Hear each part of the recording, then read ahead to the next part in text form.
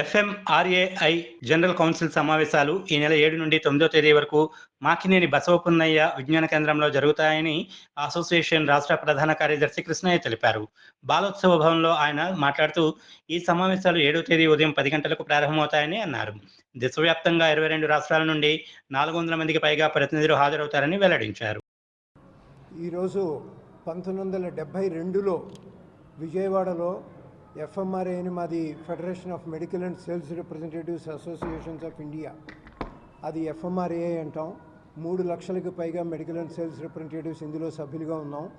దానికి council moment అనేది start అయింది విజయవాడలో 1972 తర్వాత. మళ్ళీ 2024లో అంటే 52 సంవత్సరాల తర్వాత ఎఫ్ఎంఆర్ఏ మీటింగు, జనరల్ కౌన్సిల్ మీటింగ్ విజయవాడలో నిర్వహిస్తున్నాం.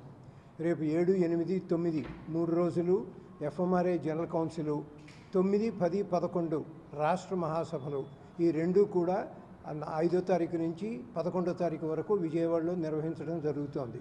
దీనికి 22 రాష్ట్రాల నుంచి 400కి పైగా ప్రతినిధులు హాజరవుతున్నారు. ఈ రోజున మెడికల్ రిప్రజెంటేటివ్స్గా మేము అనేక ప్రజా సమస్యల మీద పోరాడుతున్నాం.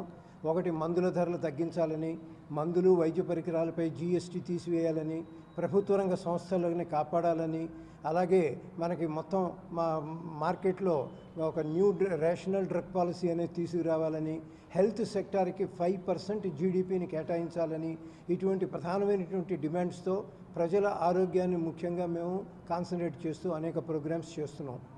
రేపు 7వ తారీఖున ఇక్కడ ప్రారంభ సభ కూడా జరుగుతుంది. దానికి మా ఫౌండర్ సభ్యులు, అట్లాగే FMRA formal general secretary JS Majumdar గారు, సిఐటియు జాతీయ ప్రధాన కార్యదర్శి కామ్రేడ్ తపన్ సేన్ గారు,